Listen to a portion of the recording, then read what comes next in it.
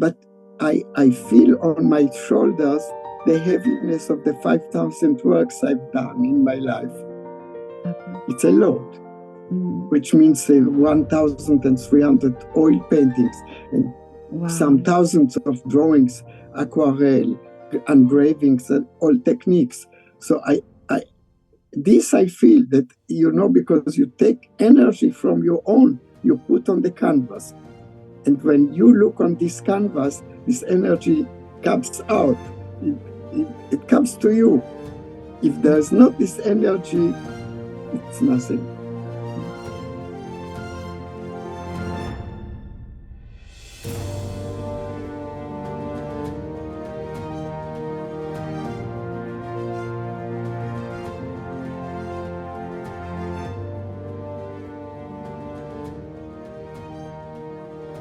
Alec, this is so great to talk to you.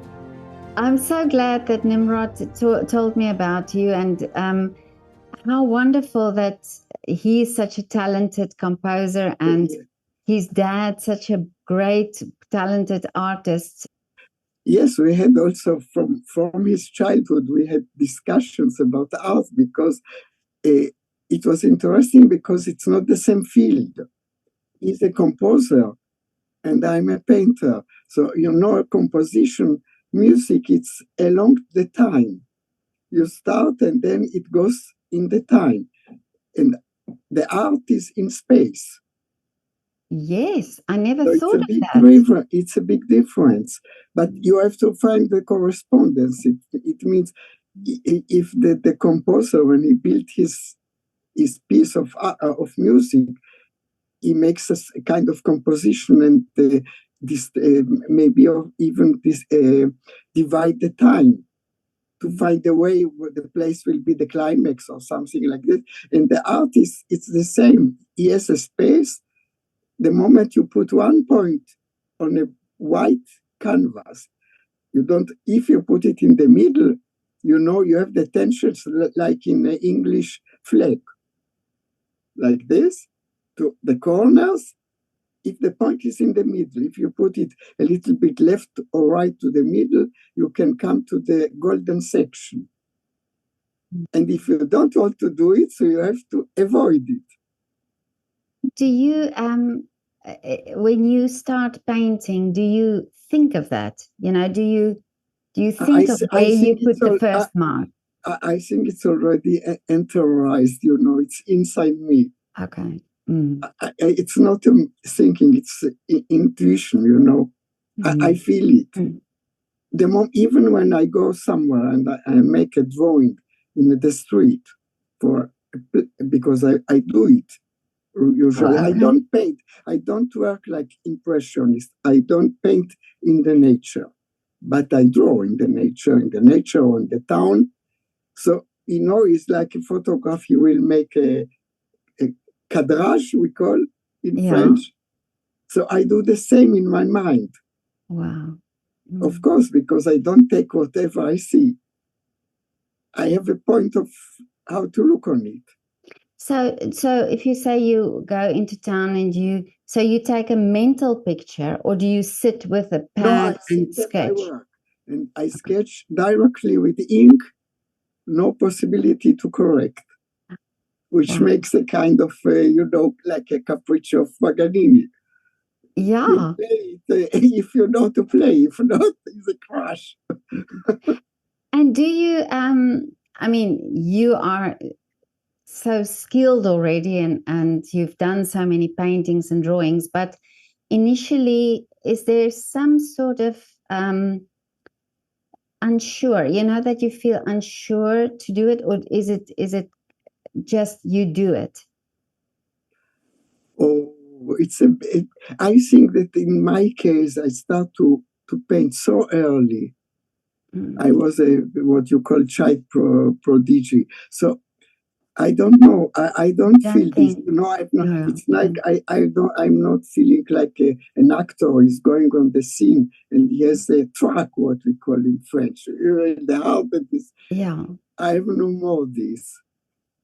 And that's so amazing, yeah, because as a It's, child, yeah, I think that I have this security, that I'm sure about what I'm doing. Of course, it moves. In reality, when I start a work, even drawing, but especially if I paint, I have in my mind the image what it will be, which is not the same like you compose music. oh yeah, Because you start to compose and then you build on it. mm-hmm. And the painter, as when you see the work of art, you see it instantly, immediately. It's not that you listen to it or like you read a book. It takes you time.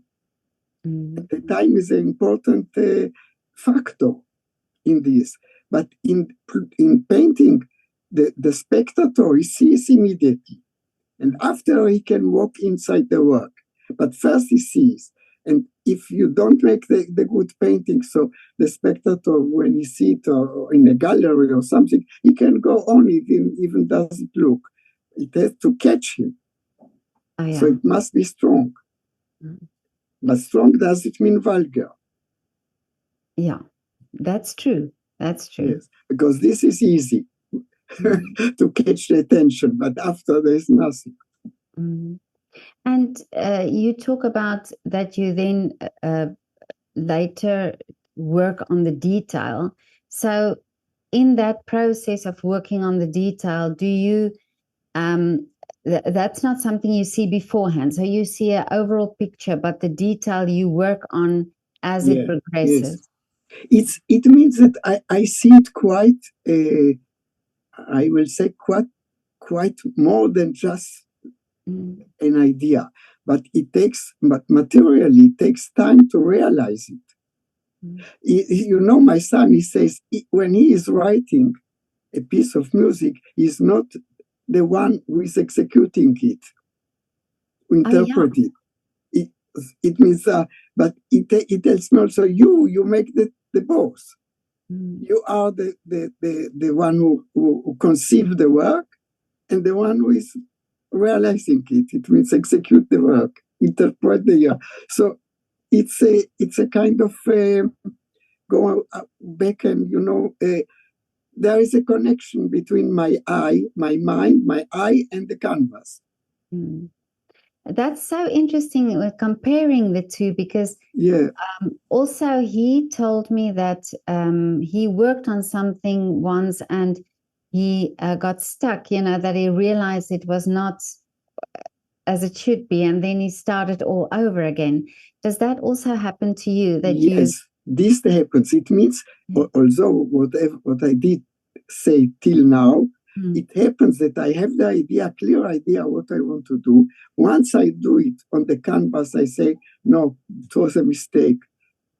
Oh, really? It was a mistake. It doesn't give what I hoped to find. And then there are two ways.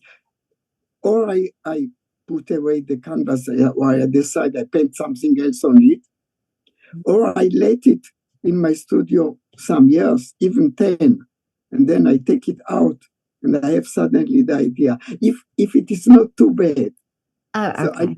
So in the last years, maybe some 15 years ago, I'm old enough to say that 15 years ago is not so far. Yes. I know what you mean. Yeah. You know what I mean. So, for example, 15 years ago, I make a theory which was called the auto-recuperation. It means how you say it, like if you use again a paper that. Oh yeah. So how you say it in English? Recycling or recycling. Exactly. Yeah. That's the word. I forgot. Recycling. Yeah. So self-recycling. And what did I do? I found, for example, a canvas from my abstract period. It means when I was 25 till 35 years old, even before, say from 18 to 38, I was abstract, 20 years. Oh, okay. And some of the works were not so. Now when I look with my critical eye, I thought like the critics would look on it when I was a young man. Really? And I say, yes, I can be now, if it is not me. You know, I separate myself. I'm the critic. I look on my own painting. Wow. When I was young, and I say, Alexei, it's not this. You put too many things there. Really? So what I did, I took the part of the painting that I looked is good. Then I cut all the rest, cut it with a scissor. And then I put the pieces in new paintings that I realized, new paintings that looks a little bit like an installation, you know. I can paint a painting, but it's paint. It's not collage. First, I paint, for example, a kind of a hall or a gallery or a space. And then I put in as a collage the pieces that I cut from the painting, make a pseudo frames around it, which are false frames, painted in the, you know, it is like an illusion. And then it looks fine because the pieces were interesting, but not with the whole. Nimrod told me that in music it's not such a new thing, that it means the composers sometimes use some parts of a work that they've done and then put it in a symphony. For example, it was a small work, then they put a part of it in a symphony. You can find it if you know their work. But in painting, I don't believe somebody did it already. I think it's my invention. Well, I've never thought of it and never heard of it. So I think so you see, yes. Yeah. And how amazing that you can look back, because I've also spoken to singer-songwriters, for example. Yes. They would say the lyrics that they wrote and the music that they wrote, say 20 or 30 years ago, or when they started their career, they can exactly understand where they were and what the feeling was and what the circumstances were. So for them, it's like almost like time frames of their life. Do you find that with your painting as well? I think you yes. Look back at your I painting? think yes. No, I would say another even that, you know, I don't feel old like a man. This I don't feel old because fortunately I'm not ill. So, you know, in my age it can be. But I feel on my shoulders the heaviness of the 5,000 works I've done in my life. It's a lot. Which means 1,300 oil paintings and some thousands of drawings, aquarelle, engravings, and all techniques. So I feel that, you know, because you take energy from your own, you put on the canvas. And when you look on this canvas, this energy comes out. It comes to you. If there is not this energy, it's nothing.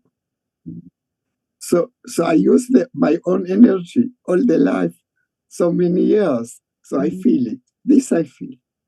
It's not the same that. Yeah, I never thought of it that way, but it's true, really, that you give something of yourself when you do painting. A lot of myself. Almost all myself. It means I feel, for me, a painter like me, it's me. It means that you can't separate me from the fact that I'm a painter. I look on you now like a painter. I don't look on you like because you are Petra. Really? I see you like a painter.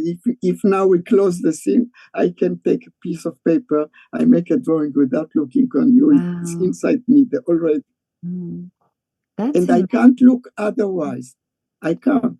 So the whole world, your whole, so wherever you go, you look at the street, I'm always a painter. Or always like that.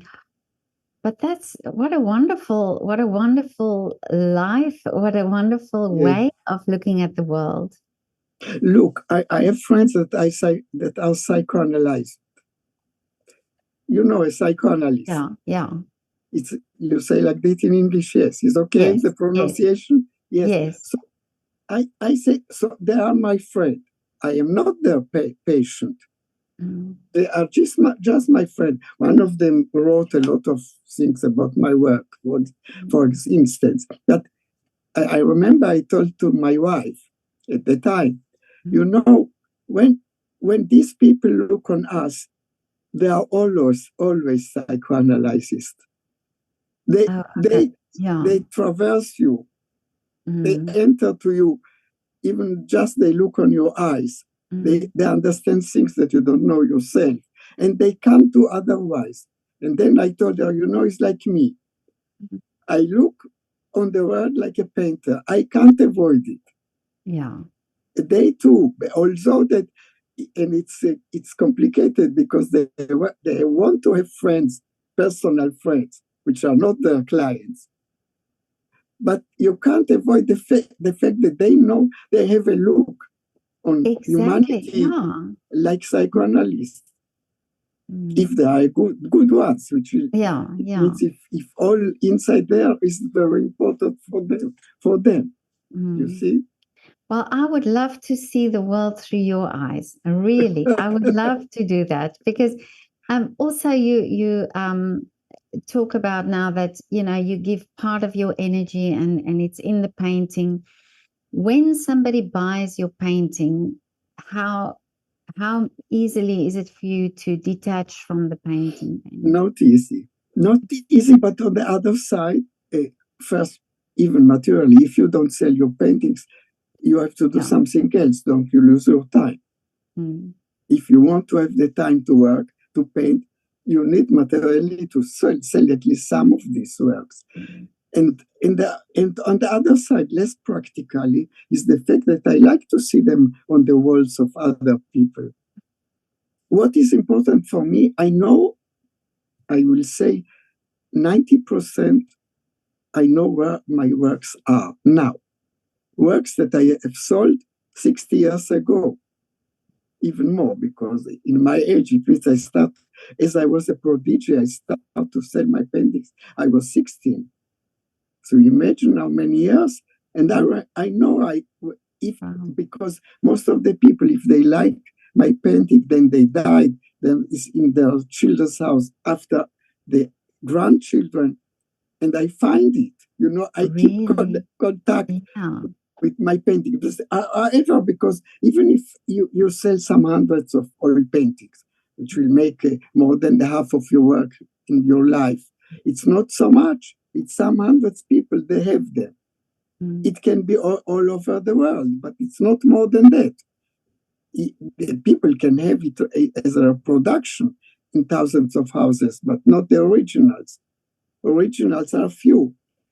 It's why it's so important. You remember the work of Walter Benjamin about the work of art in the time of reproduction, the philosopher. So he wrote something, he called it the aura, like this, what you have on of the work of art. For example, you have the Joconde, Mona Lisa. There's one only, it's in the Louvre. But if you make millions of reproductions, Mona Lisa is all the houses.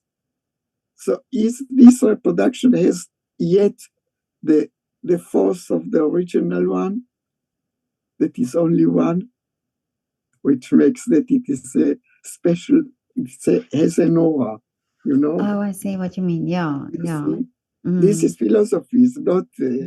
But I always, when I read this text many years ago by Walter Benjamin, I was impressed. I would not think about it myself, But he thought about this, you imagine. He said that it was before internet, before all this that we have today. And he said on the 30s, 1930, he wrote this, he said, with the multiplication, everyone will think he can be an actor, for example, like Hollywood. Well, he makes himself, you have now your iPhone, you make a photo of yourself, you make whatever you want, you are somebody. And you have the réseaux sociaux, Facebook and all this, Instagram and this. You are somebody. You don't need the critics. You are some. Exactly. And he knew it. He said it's what will happen. Amazing that he could foresee it. That he knew that. He was a great philosopher. But Alec, you did you when you started painting, you said you were a child prodigy already. Did you study other masters, other painters to be able to get to your style, or was it in you? This is your style. No. I see. No, this is something very interesting to say. You know, you are not. You don't become a painter because nature is beautiful, or people, or a beautiful woman, or no. You become a painter because you have seen a beautiful painting of something beautiful. You see, beautiful or horrible, the same. You see a crucifixion of, for example, Matthias Greenwald. It's so strong. So so you say to yourself, not consciously, but you say to yourself, can I do that? Would I like to do something like this? If you have this inside you, the soul of a painter, that will be. It is not yet. Because of this, when I was a child, I was born in Siberia. There was nothing there. When I came to Israel, I was 5. So my mother said, 5, I was 5.5. So there was the possibility, or I go to school, or I go to kindergarten, the last before school.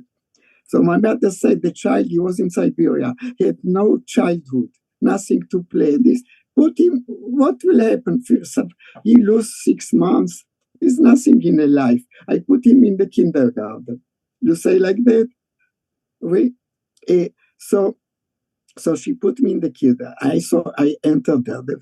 For the first time in my life, I saw sheet of papers and children that are drawing. Really? There was one child he made, I remember till now, one child he made 2 trees, very beautiful. For this moment, I say, I want to do best.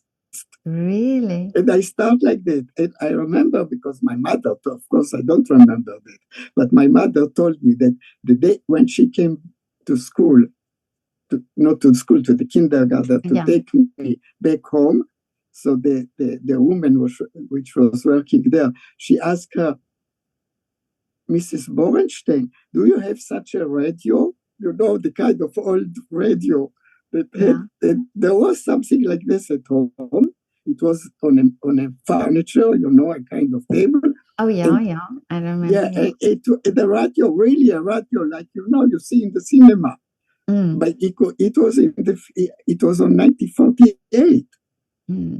So it was the radio we used at home. So I make the drawing from memory in the place. Yeah. Yes. So it looked really. So the woman, the teacher, she wanted to know if really so she asked my mother, do you have such a radio? And she saw the drawing I've done. The first drawing in my life. Amazing. And it looked like the radio. It looked like the radio. I was 5.5.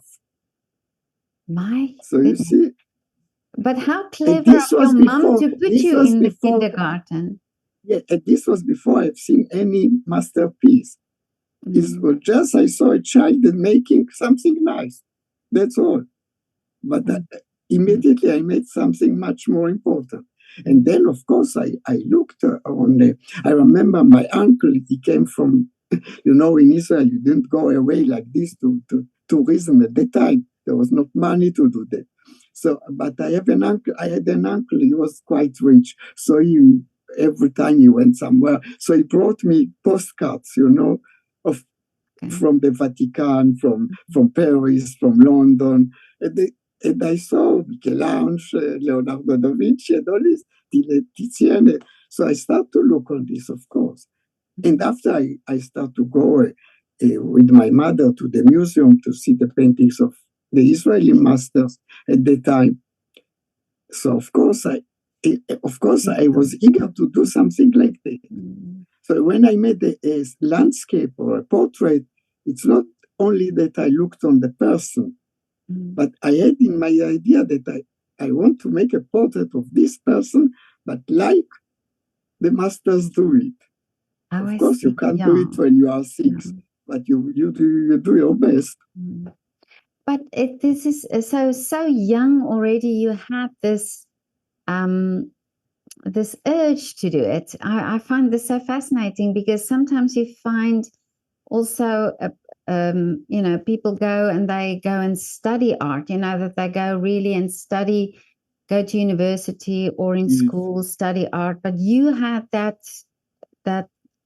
thing in you already from such a young age. Yes, that's true. I've done, when I was 18, I've done a portrait of a beautiful girl. She was in the high school in the last year, before the A level. So I made her portrait, a beautiful portrait, and it appears in the newspapers. It was in my first exhibition later. But once a woman, which is a collectioner, came to my studio now in Paris, maybe 20 years ago, and she looked, and it was on the easel, because this portrait was on the easel, because I didn't sell it. This one, I kept it. I kept it. So she looked on this, she speaks to me, Alec, she says, I was 18 when I did it. And she tells me, Alec, you have been already old.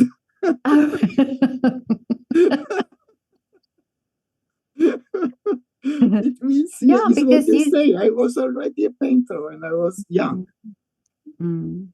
I say that when I did, if you look my works from childhood, so you can see it's a prodigy, but say till 12 years old, you can imagine that it's a child, but very gifted. Mm. See, when I was 13, when anything I did, if somebody sees it and doesn't know who is the painter, he sure is an adult one. Really? After the question if he's a good painter or less good, but it looks like adult work. There's no more nothing that you can guess that a child did it. Because I had already behind me, when I was 13, look, from 5 to 13, a kind amount of experience. Mm. Is why what you said, the people, they go to when I went to I got a scholarship for the American Israel Cultural Foundation when I was 15. But the scholarship was meant to use for learnings. So they put me in the academy, in which all the pupils were, like you say, after A levels. Yeah. And I was 15. I was only child among the students. But in reality, the teacher saw me, said, what you are doing here? Really? What I can teach you. But it happens the same when I came to Paris to the Beaux-Arts. So the teacher, I had at the same time an exhibition near the Beaux-Arts in Rue de Seine. So the teacher told me, why you want to enter to the Beaux-Arts? I see your exhibition 50 meters from here. I just saw it this morning, he said. So I tell him, yes, but I need the card of student. So he admitted me to the third year. So I was not happy because I wanted to have 4 years card. But in the third year, I have only for 2 years to be a student. But what do you learn when you're already at that stage? No, that's the only thing so I learned to make engravings. Oh, I see. Because this you need the technique and you need the instruments to do it. Because you do it in the Beaux-Arts, you do it like in a printing place. They have all. So you make the work on them. For example, you make a lithograph on the stone, because it's called litho, which is stone, lithograph, work on stone. And then after you print it with the machine, which is in the Beaux-Arts, the old, it's an old kind of machines like before, like it was invented on the 18th century. The same machines that Goya used to make his engravings. Okay. But do you, when you started painting as a child, there must be a technique or there's something, how did you know which paints to use or how to treat a paint? I ask you painters. Just ask. Oh, okay. Yes, I ask painters what to buy. I had also, there was a friend of the family who was the sculptor, Nathan Rappaport, who made the monument in Warsaw from about the ghetto when it was after the war.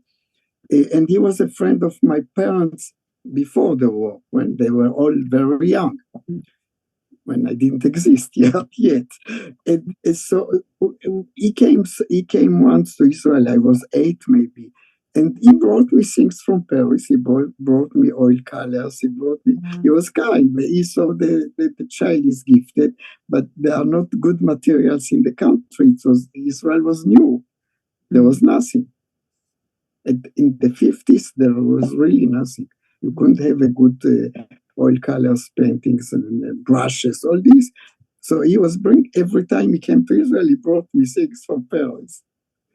But so I had in my mind that Paris is the place for art. Oh, I see. Okay. And I arrived to Paris. But I love actually the fact that some artists go through this route of self-exploring and, Yes. Sort of finding your own way instead of having to be schooled to do it. Not that I say it's not good to be schooled, but I'm just saying that you go through that trial and error and experimenting to get to where you. Yes, but it's not. But this is a luck to be able to do that. I started to teach people for painting when I was 16 myself. I had children. I had pupils that were 40 years old. Really? I was 16. Yes, because I had it in myself, but not everyone has it. It doesn't mean that after going to this academy, you will not become a good painter, and even a very good painter. It happens. No, it doesn't mean that you have to be a child prodigy in order to become a. It's more in music, of course. If you be a great violinist or a great pianist, if you are not a child prodigy, the chance that you will become a great interpret, there's feeble. They are not strong. There are not big chance. But in painting, like in composition, it's a creation that you need. In reality, you need to have some background. Oh yeah. To say something, like you write a book. It means so. In reality, it's very rare to find paintings that have some value, interior value, done by somebody who didn't live yet. So it's not the same like for the. So you are not obliged to be a child prodigy. It was my case, but it's not so important. I was in my class. Daniel Barenboim was a friend of me as 2 children who were in the school. So we were the 2 prodigy in the school. Oh, I see. But he was really, it was a prodigy in the sense that he could play the 32 sonatas of Beethoven when he was less than 18 in one concert. He made 8 concerts. In every concert, he played 4. And it was during some weeks, he made all. He was not 18. Wow. So this is but this is an ability of, he was a prodigy child, and it was important for this kind of profession, we say, art profession. But it's less important in my eyes. It's what is important, what you have inside and what you have to say. I remember that I can always give patterns of work to pupils. I had a lot of pupils. I can say that, unfortunately, I never met a pupil who was like me. I didn't have this chance. That among the pupils, there are, but it was not my chance to have among my pupils one who is born a painter. Anyhow, if I met it, I will not teach it. Exactly, yeah. I just wanted to say no, because you remember, I had, because it's not when I was 11, people brought Marcel Janko, who was a great painter from the Dadaist movement, and he saw my works. I was 11. So he said, this child you don't have to teach him, let him alone. So even in the school, when I went to school, the hour that was the teacher for paint, for drawings, and the plastic art teacher, I was free from this lesson. Really? I was not there. Because they didn't want that he will influence me. But that's This was the the right decision. way. And Marcel Janko, then when I got the scholarship, there was no choice. And he was a teacher in the academy. So he said, okay, so now you will enter, because if not, we don't, how we use the scholarship that he got, the prize. I got this prize in the same time that Perelman, you know, he was certain I was 40 or 15, and there's 1 year difference between us. And when so after there was a competition. So as I got the prize, there was an exhibition of 30 of my works, and Perelman, he played in the same, you know, in the same ceremony when you give the prize. And Perelman, so I remember he was 13 and he played the first movement of Mendelssohn Concerto for violin. I can't forget it. Amazing. We were children. But isn't that the right way to leave a child that, like you know, the prodigy, to leave them so that they bring something to the world, isn't it? I think, yeah, but after maybe I don't know. We can't generalize it completely. Sometimes maybe it's good to pass a little bit time in this kind of institutions, because you can see the others first, which is very important. You can evaluate, how you say, to see where you are. Yeah. Because you see the concurrents, you know, the young other men or women that are working, the young people, and you can see what they do, and also you feel the zeitgeist.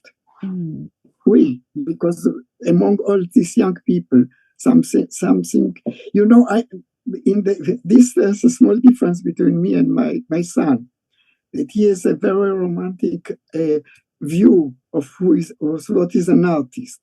So he doesn't care where to put him, you know, if it is a Baroque composer or another, or classic or modern. This doesn't matter.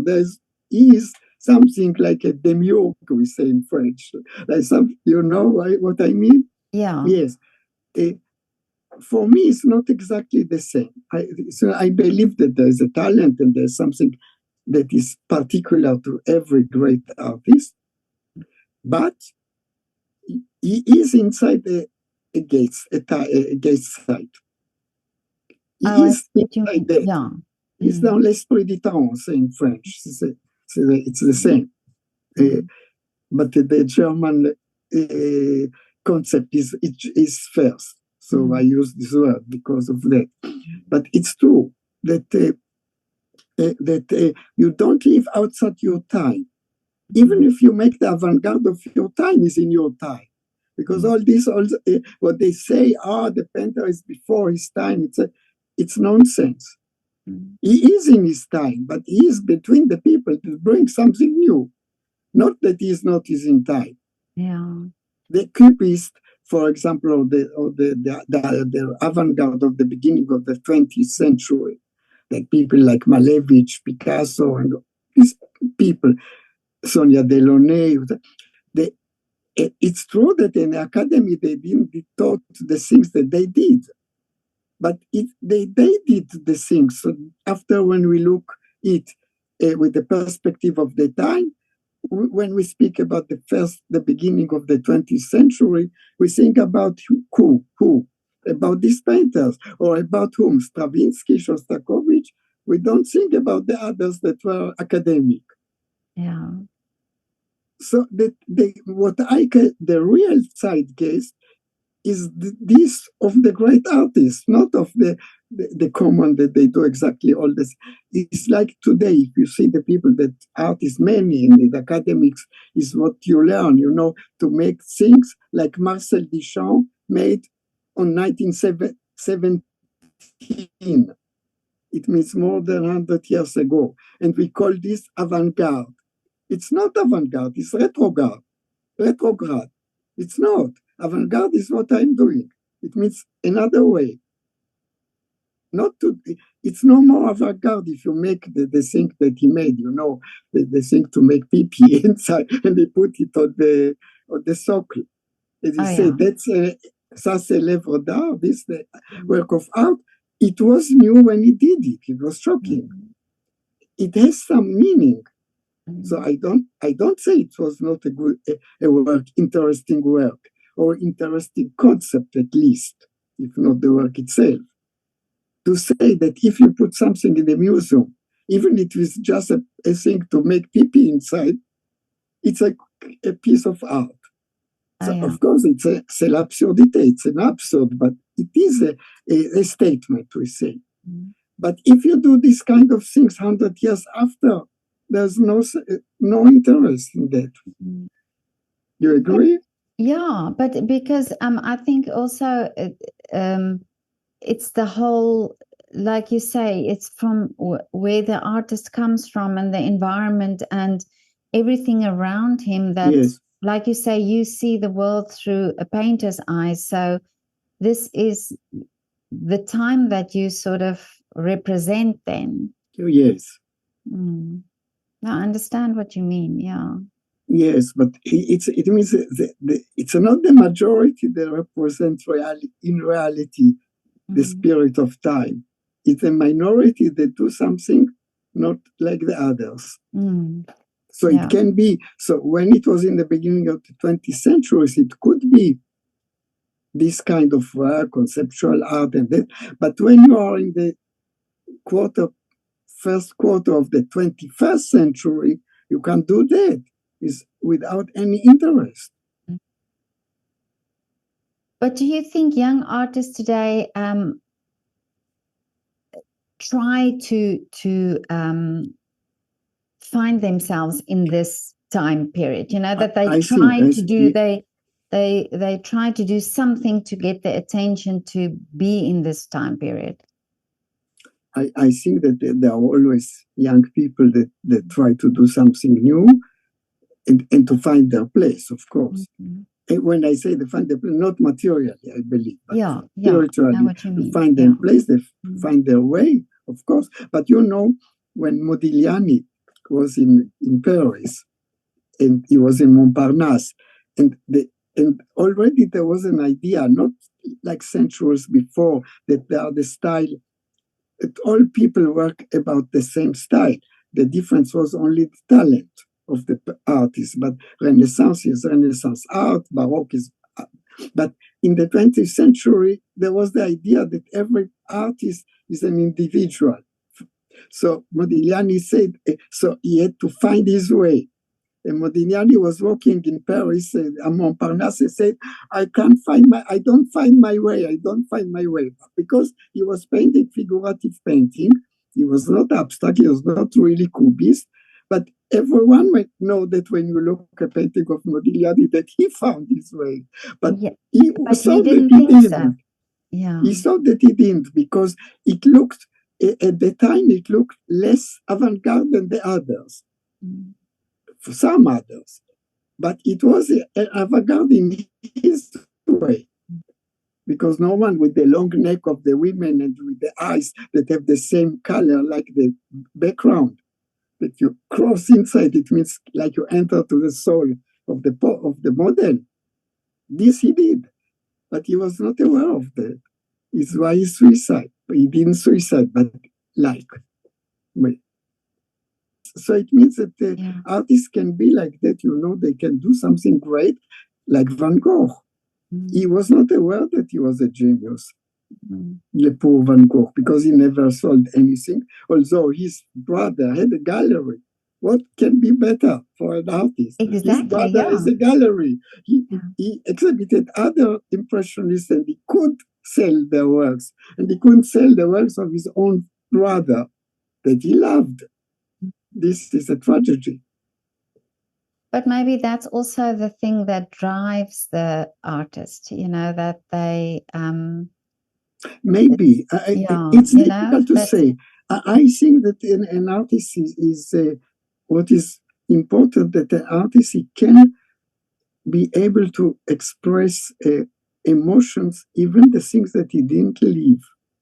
For example, if you make a crucifixion, always I am coming to that, and you have never seen an execution in your life, in the modern time, you don't see it, they don't do it in the street. There's no more this punishment, you see? But you can imagine the suffering and express it. The first time in my life, I make a drawing of a crucifixion. I was 9. I was a child, 9, and in a Jewish country. And I make a crucifixion, because I was a painter. It was, I saw it. So I wanted to do also something like this. So the emotion you can feel, of course, when the real tragedy arrives, is stronger. So then it appears in your art. But it doesn't mean that you have to live the things really in order to express them. If not, you are not an artist. It's like a writer. He writes a roman, a novel, in which there are people, they do things, somebody is murdering, something like Dostoevsky, Crime and Punishment. And Dostoevsky didn't kill anyone. Yeah. And maybe he didn't have even the problem that faced the student about killing this old woman. But he could imagine it.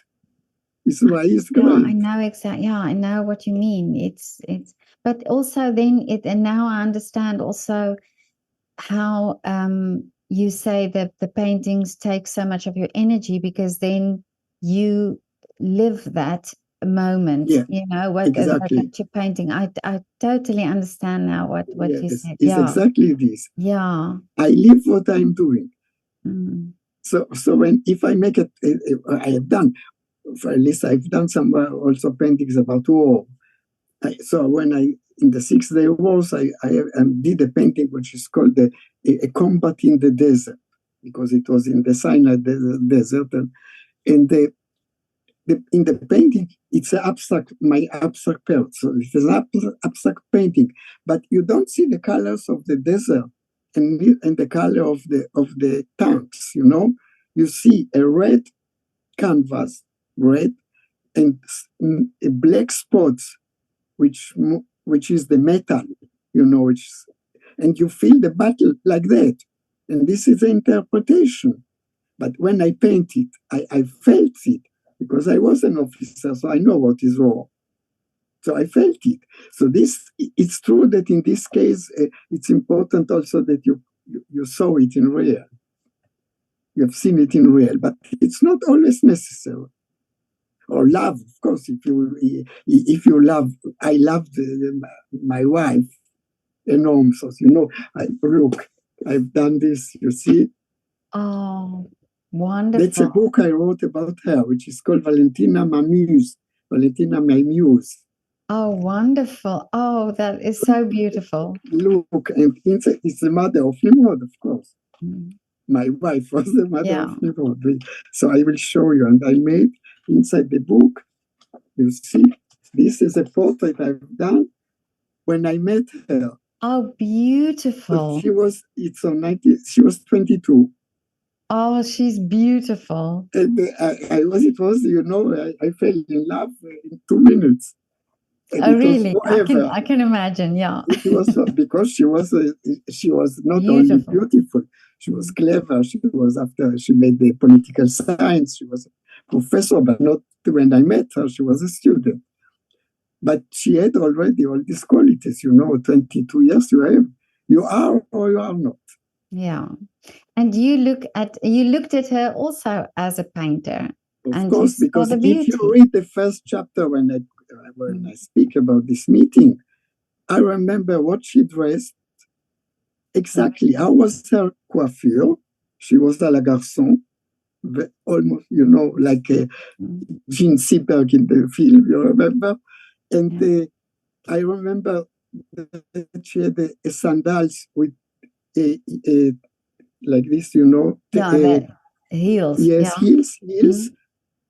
White sandals with heels. She had a green skirt, very, on the body, very serré, like that, with a décolleté.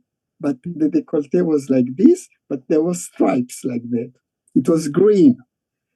And I remember she had lipstick, she had the fingers with red, of the hands and of the legs, and she was very Parisian. And I was in Israel when she came there like a tourist, and she was very Parisian. And I met her in a private concert of chamber music. You imagine? Really? And I went silent. C'est incroyable, no? It's amazing. Unbelievable. Yes, but then it was meant to be. It was meant to be. So I remember exactly how she was. And when I speak with my friends that did a good marriage, it means that it took also, like me, more than 50 years together. Mm. They don't remember how I was dressed. Really? Their wife, when they met her first time. Maybe they remember what she said, but not how she looked. The first time, because as you say, I looked at her like a painter. She was already my model before becoming. She became my model, of course. Yes, but the first moment I saw her, I saw already the painting I could do. But I'm in love with love, so this love story is for me beautiful. It is beautiful. It was a love story, really a love story. So it's very hard for me now. It makes 5 years that she died. Oh, I'm so sorry. I can imagine. Yeah. Yes. But so I'm not. I don't like to. You say, "Oh, poor Alec," but it's hard. Yeah. No, I can absolutely imagine that. And also, can you see also how she influenced you in your work? Yes. Sometimes also that she was in the origin of a series of painting I have done. For example, I have 2 series that she was really the origin of the series. The first one is about with a series of lemons. You can see here one. You see it? Oh, yes, yes. This is a painting that Nimrod loves. He loves this blue, wonderful blue. And so we were in a house of friends. It was by a small house, like it's in London, you know that you have also a small garden. So, and the woman that she knew very well, Valentina, my wife, she entered when we finished the dinner and we were going to go back home.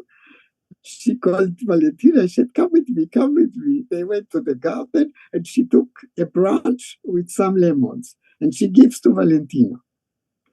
And then she comes, and when Valentina saw how I look on the branch, she said to the other woman, she said, "Lily, you know, Alec will work this night about your lemons." Really? She knew. So it's because of that I made after a series of more than 30 oil paintings, 50 drawings and watercolor about this, starting from this branch that I just show you. And after about Freud, I have made a grand series about Freud. And it happened because at that time, Nimrod was in the Royal Academy of Music for composition.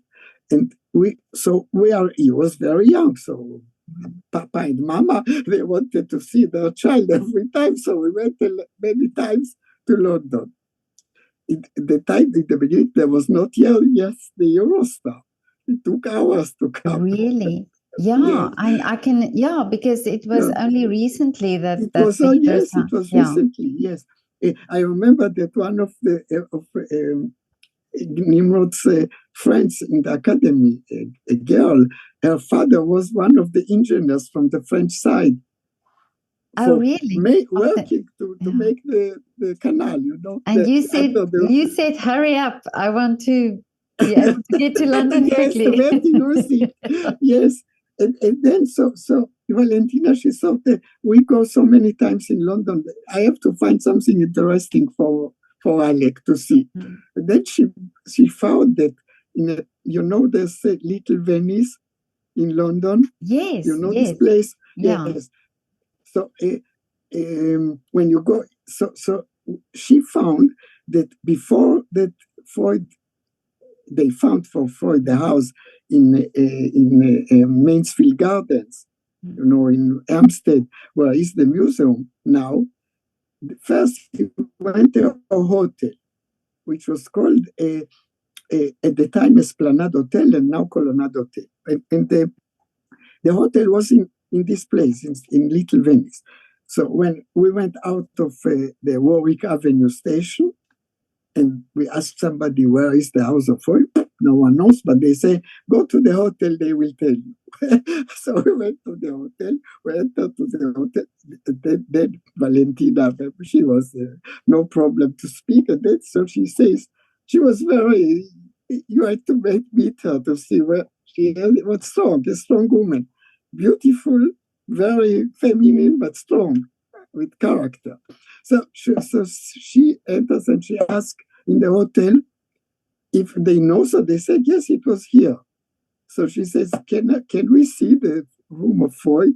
So in the reception, so the men or the woman, I don't remember, say that it's now preparing for clients that will enter. We can't show it now. We make the cleaning and all this. So we're not very happy. We went out. And I start to show to Valentina the style of the Victorian houses that are in the other side of the street in front of the hotel, which is the hotel itself is the colonnade is a very neoclassic. Mm. Yeah. And then a small man, not tall, little man like this, came and he speaks to Valentina. I asked her, excuse me, madame, your husband is an architect? Because he saw that I am. I see. So Valentina told him, no, he's not an architect, he's an artist. And she had, by chance in her bag, you see the character of the woman. She had in her bag a small catalogue of my last works. Wow. She takes out the catalogue from her bag. She shows to him. She doesn't know yet who he is. And then he tells her, what did you ask during the reception? So Valentina tells him, we wanted to see the room of Freud. So he said, I am the director of the hotel. Of the hotel. And he tells to Valentina, you know what? Go for a walk. Then some minutes a walk, you will find a place that your prime minister, it was not her, it was mine, because I'm Israeli and French. She was only French. David Ben-Gurion, when he came to London for business, for speaking diplomacy, he was in this place, in this house. Okay. And there's, a blue plaque which is written, really. So we went to see it. And he said, when you come back, I will take you to see the room of Freud. Wow. So it was that. We came back, and the man, he speaks only to Valentina, not to me. Oh, really? Then he said, that happens when you have a beautiful one. Then he said, then he tells to Valentina, I received here in this hotel Shostakovich, and I received also the wife of Messiaen, which was a pianist, famous pianist, Olivier Messiaen. Mm-hmm. So he says to Valentina, I can receive you for 1 week on the house. Your husband, who is a great artist. Really? He didn't know anything about me before seeing the catalog. Mm-hmm. But when he saw their productions, he was amazed. So it didn't happen. Mm-hmm. So we came there after, in the summer, we came to the place. And when we came, the owner, the director is the owner, the director, he was not there because his daughter gave birth to a child, and she was in Cornouailles, so he went there. But there was instruction what to do to us. And then, so we bring us to the room, and the room is a suite, 2 rooms with the bed, with the baldaquin, like you see in the museums. And in this bed, Freud is supposed to be there. So you were in Freud's room? We slept in his bed. Wow. So you didn't you didn't just see the room, you actually stayed in the room. Yes. Isn't that amazing? 1 week in the room. And then I went every day to the museum to make sketches, because it was the reconstruction of the house of Freud in Vienna, in the Bergstrasse. We are, that you see not Venice, many things, because most of the things they are in London, because he flew to London. You remember? Yes. Yeah. So then it's like was born this series that I've done about Freud. So it's directly linked to Valentina. Amazing. She would not find it. I would not do this story. Yeah. And so so the paintings of the Freud Museum is the one in London, not the one in Vienna. It's the one in London. You saw the big. I saw the very big painting. Beautiful. Yeah. Yes. It's now in a private collection in Tel Aviv. Oh, I see. Yeah, and but all because of Valentina.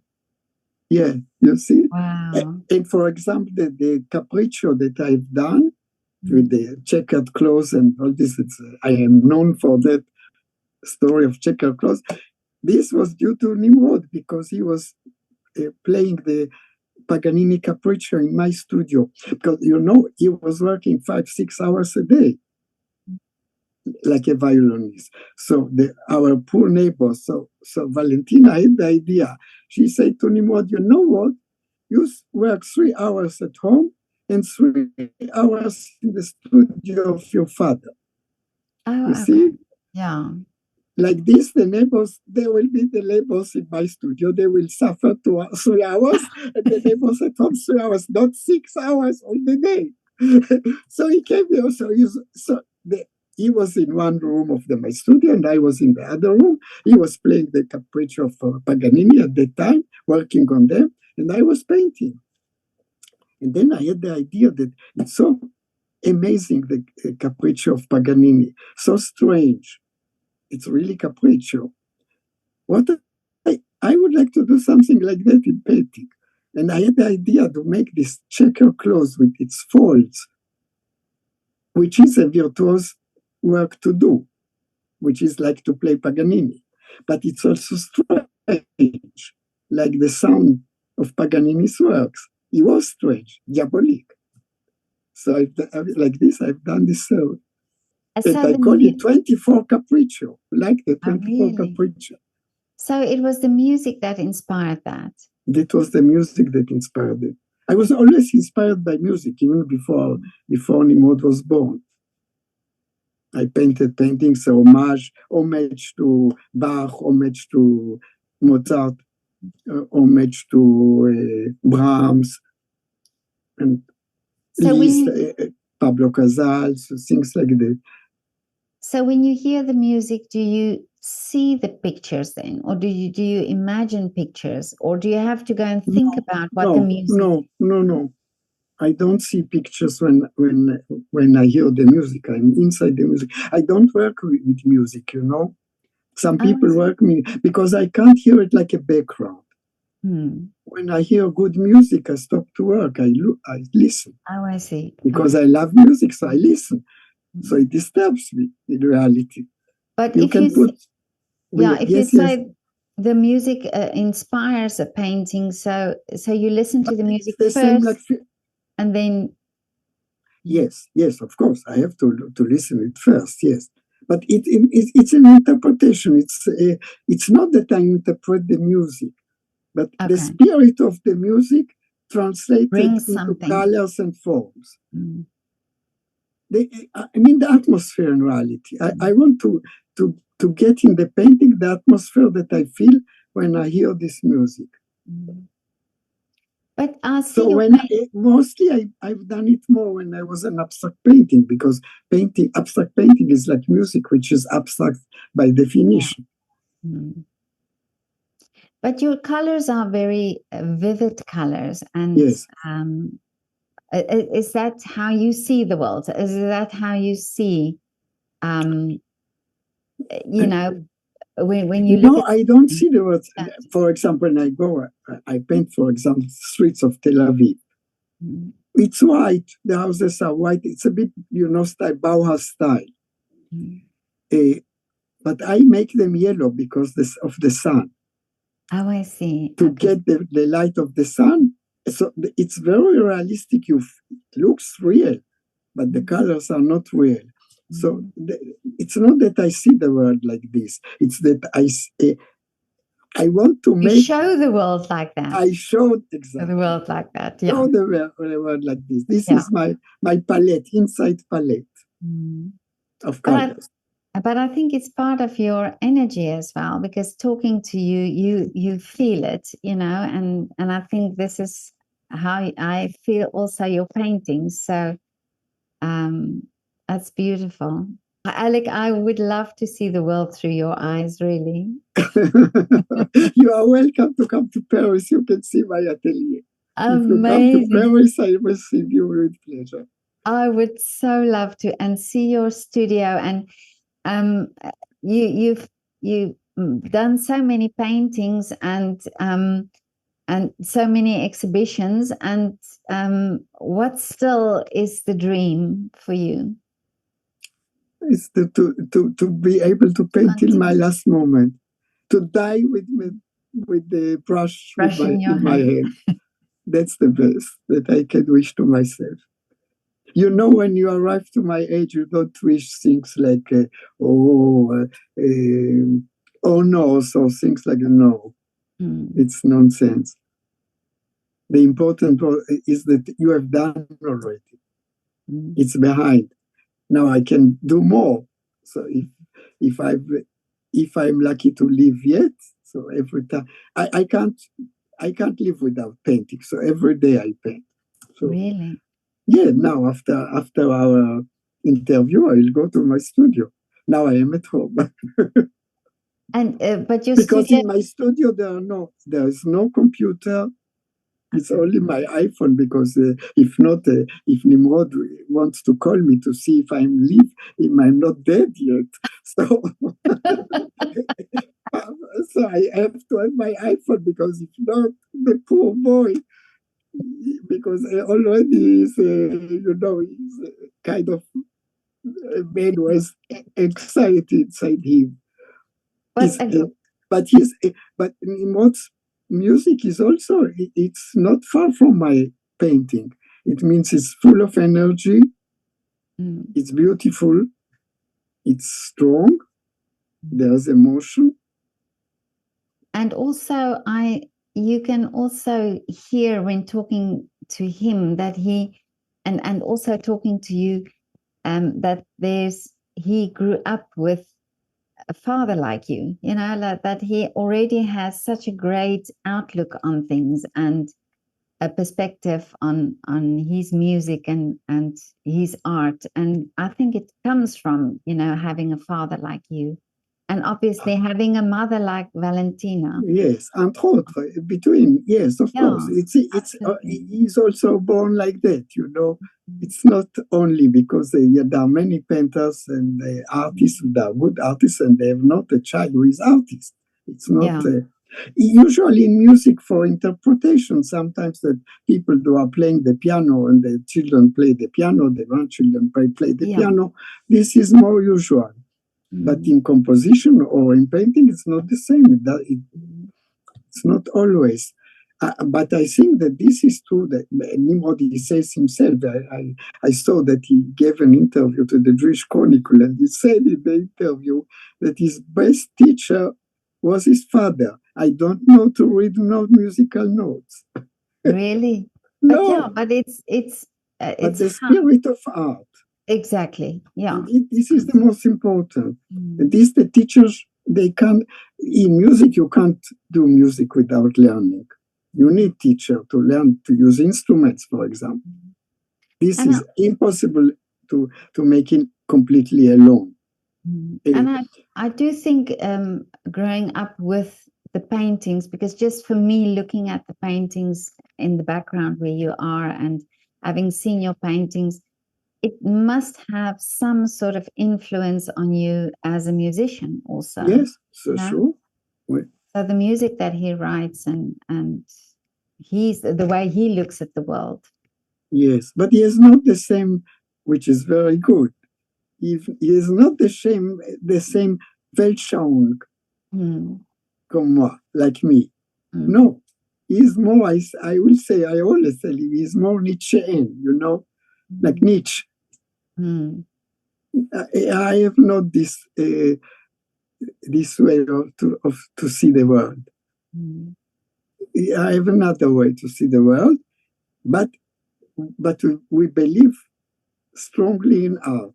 In art. In art, and to be honest with what we are doing, which is very important. This we are in common. We have in common. Have you ever as a child, did he ever paint? Did you let him paint? Yes, of course. Really? He did. He was not bad, huh? Oh, really? Yes, of course. He said, but it's better that he became a musician. Oh, okay. But if not, it can be very, frustrating. Because there are some cases in the history of art that there was some generation, for example, Peter Bruegel the older and Peter Bruegel the younger. There were two artists, important artists, but not many. Usually, or like you take Mozart and his father, but one of them is more important. Oh, yeah. And usually is not the second. Which in the case of Mozart it is, that he was better than his father. But usually it's rare that it happens, you see. You have, for example, the two Oistrakh, David Oistrakh and his son, Igor Oistrakh, but the son is maybe nearly as good as Perelman, but not as good as... as I think, I don't know. I didn't ask Nimrod what he thinks, but I think that because Oistrakh, the father, David Oistrakh, he brought something that you can recognize with your ear, that it's he who is playing. If you are very used to hear music, I can recognize some of them. I can recognize, in piano not, but except Daniel Barenboim that I recognize immediately because I know him from childhood. But in violin I can guess if I hear Menuhin or I hear Perelman, Heifetz, this is easy. The others is less easy. Some have not so much personality that you can recognize on the sound. You recognize immediately that it's virtuoso. But you don't. The first time I heard, for example, I had an exhibition just exactly with the lemons. So it was in a big, it was more than a gallery. It was a house of architects. There was five halls in which they put all this quantity of works. And I came before the opening, and I came to hang the paintings. I was working, to take off first the emballage, it was covered to keep, and then to start to put them on the walls. And then I hear the music of Mendelssohn Concerto for violin, something extraordinary.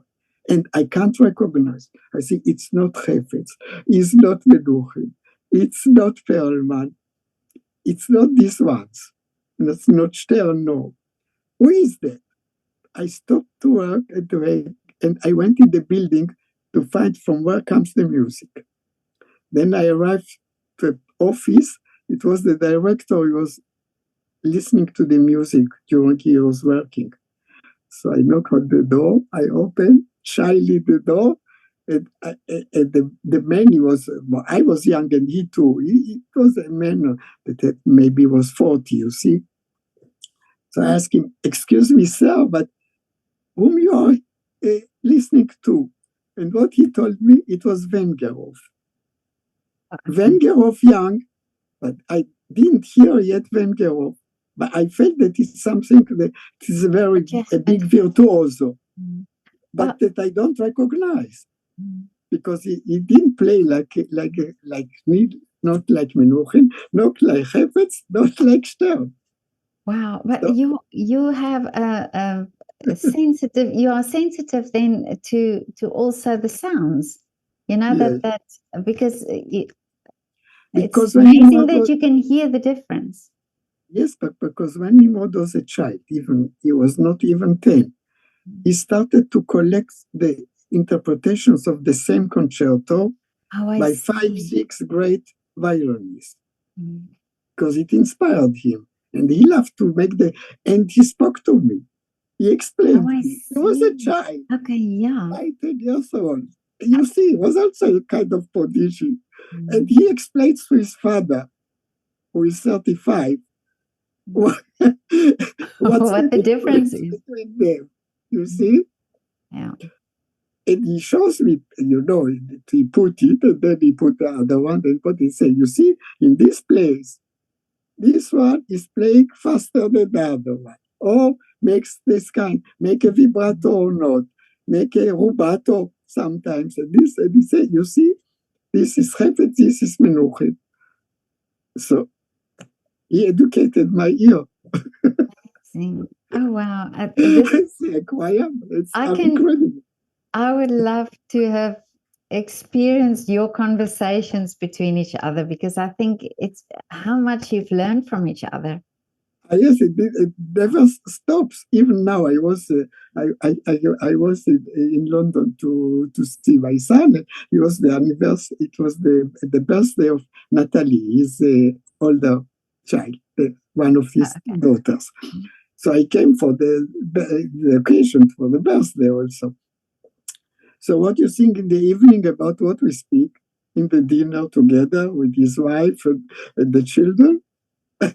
You talk About art. about What history, about wonderful. all, Yeah. it's all the life like that. Mm. Right? And Because we are both the same. It means he lives for music. It's inside him. well, his interview that I did with him also made me think so much, and it was really also so inspiring. So I heard it. I liked it. yeah, no, It was a absolutely. nice interview. Yeah, no, he's such a great artist, composer, Yes. and yeah. But um, I think he can be very proud of his dad, and his dad can be very proud of him. That's true. And Valentina can be proud of you both. Yes. She Really, was. yeah. She was.